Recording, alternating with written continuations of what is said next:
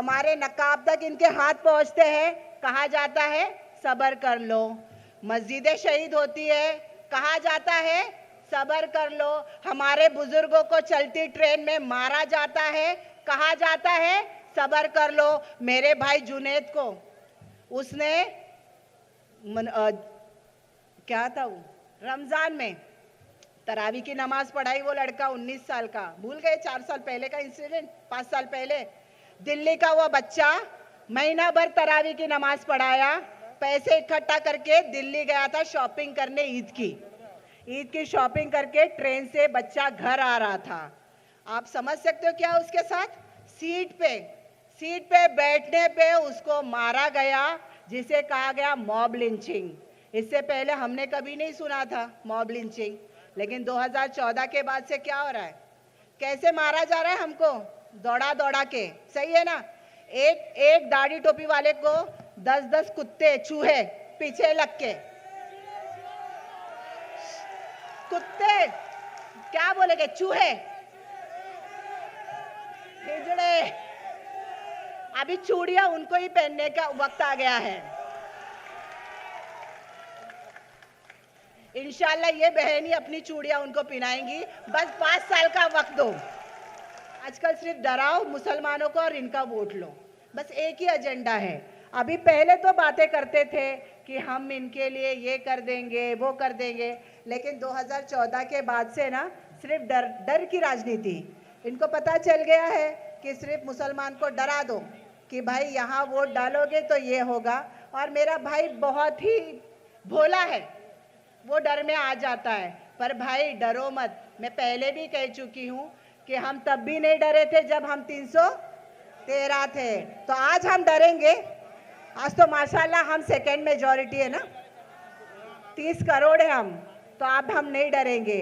बस 5 साल का वक्त दो, इंशाल्लाह ये बहन अपनी चूड़ियां उनको पहनाएगी, देख लेना।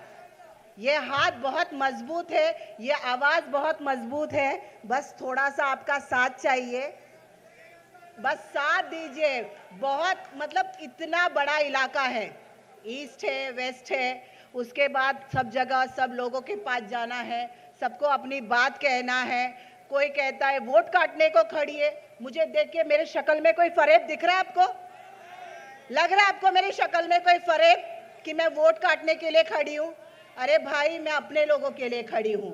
मैंने देखा है इनकी सोसाइटी और अपनी बस्तियों का फर्क, मैंने देखा है इनकी सोसाइटियाँ ऊंची होती जा रही है और हमारी बस्तियाँ बद से बदतर होती जा रही है। मैंने ये फर्क देखा, मैंने सोचा कि क्यों ना अपने लोगों के विकास के लिए कुछ किया जाए, इनकी सोसाइटी की टक्कर में हमारी बस्ती बसाई जाए। इसीलिए मैं आपके बीच आई हूँ भाइयों, मुझे वोट दीजिए। आने वाली 20 तारीख को प्लीज आप सबसे दरख्वास्त लेके आई हूँ, आने वाली 20 तारीख को 5-6 बजे तक आप अंदर जाइए। और हमारी सबसे बड़ी कमजोरी, और मैं कहूँगी ना कि बाद में हम अपने आप को कोसते हैं, हम लोगों का क्या होता है ना, घर में 5 वोट है, छुट्टी का दिन होता है, सोचते हैं 3 बजे उठ के जाएंगे, खाना खा के जाएंगे, सो के जाएंगे, तब तक ये आते हैं वोट डाल के निकल जाते हैं। और हमारे घर में अगर 5 वोट है तो सिर्फ 2 जाएंगे, बाकी 3 सोते रहेंगे, सही है ना। इसलिए हमारी बस्तियों में क्या होता है, हमारे यहाँ पे पोलिंग 40-45% और उनकी 80-70%। तो अभी जितने वोट हैं समझिए कि ये एक जंग है, और जंग में कैसा ना निकल जाते हैं, आँख खुली नमाज पढ़े जाइए, पहला अपना वोट डालिए, अपने घर वालों का वोट डालिए, उसके बाद अपने आस पड़ोस में जाके पूछिए भैया वोट डाला, बहनी वोट डाल के आई हो, नहीं तो चलो वोट डाल लो।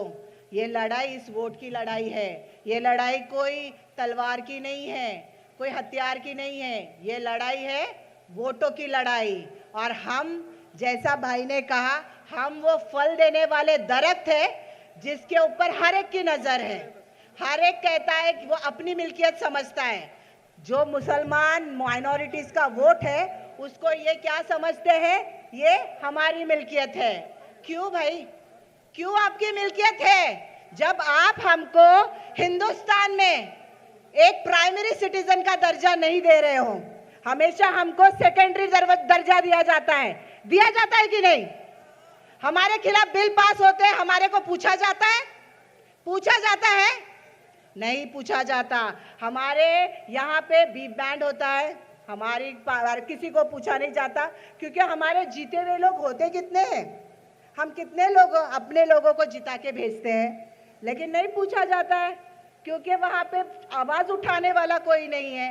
तलाक पे बैंड लगता है, हमको नहीं पूछा जाता है। नकाब पे बैंड लगता है, हमको नहीं पूछा जाता है। वक्फ बोर्ड का तो अभी ताज़ा है ना, सभी लोग वीडियो बना बना के डाल रहे थे कि इसको स्कैन करो, स्कैन करो, स्कैन करो। ऐसा कुछ होता है, हम जज्बात में आ जाते हैं, लेकिन वोटिंग के टाइम पे ये इस ऑफिस में, वो उस ऑफिस में, वो उस ऑफिस में, जिसको हम देखना पसंद नहीं करते, जिसको हम बात करना पसंद नहीं करते, उनकी ऑफिस लाइन से खुल जाती है ना। आपको लगता है मैं जाके लाल बाग परेल जैसे जगह पे ऑफिस खोल सकती हूँ? लेकिन हमारे इलाकों में भाई बैठे रहते हैं, इनके वकालत करने वाली वकील लोग अंदर बैठे रहते हैं और आते जाते करते रहते हैं भाई वकालत। तो ये सब फर्क देखिए, इस सब फर्क को हमको मिटाना है, हमको सबको विकास करना है। जो इनकी सोसाइटी है उसके टक्कर में हमारी बस्तियां है, हमारी बस्तियों को उनके टक्कर में लाना है, उस ऊंचाई पे पहुंचाना है। हमारे बच्चों को हमको एजुकेट करना है। हमारे बच्चे तालीम में सबसे पीछे हैं और इसीलिए आज हमारा ये हाल है। तो हमको पहला काम खाना नहीं, एक टाइम का खाना खाओ भाइयों, एक टाइम, लेकिन अपने बच्चों को तालीम दिलाओ। तालीम दिलाने से हमारे बच्चों का क्या होगा ना, मुस्तकबिल संवरेगा। हमारे यहाँ पे स्कूल्स की कमी है, हमारे यहाँ पे लड़कियों के कॉलेज की कमी है, हमारे यहाँ पे हॉस्पिटल्स की कमी है। इतना बड़ा इलाका है, यहाँ पे कुर्ला बाबा हॉस्पिटल, जहाँ पे कुर्ला के हैं लोग जाते हैं, जहाँ पे चांदीवली विधानसभा से लोग जाते हैं, जहाँ पे कलीना विधानसभा से लोग जाते हैं, और हॉस्पिटल कितना है? एक हॉस्पिटल। तो आप समझ सकते हो कि क्या किस हालात से हम जा रहे हैं। और ऐसे म्युनिसिपल हॉस्पिटल में हमारे बस्ती के लोग जाते हैं, ना कि सोसाइटियों के। सही है ना?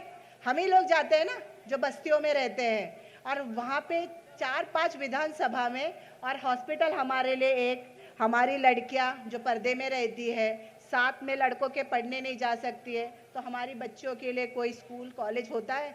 सिर्फ आते हैं बड़ी बड़ी बातें। आजकल तो इन्होंने बातें करना भी छोड़ दिया है, आजकल सिर्फ डराओ मुसलमानों को और इनका वोट लो, बस एक ही एजेंडा है।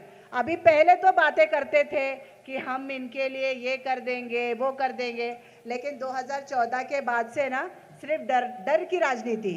इनको पता चल गया है कि सिर्फ मुसलमान को डरा दो कि भाई यहाँ वोट डालोगे तो ये होगा। और मेरा भाई बहुत ही भोला है, वो डर में आ जाता है। पर भाई डरो मत, मैं पहले भी कह चुकी हूँ कि हम तब भी नहीं डरे थे जब हम 313 थे, तो आज हम डरेंगे? आज तो माशाल्लाह हम सेकंड मेजॉरिटी है ना, 30 करोड़ है हम, तो अब हम नहीं डरेंगे।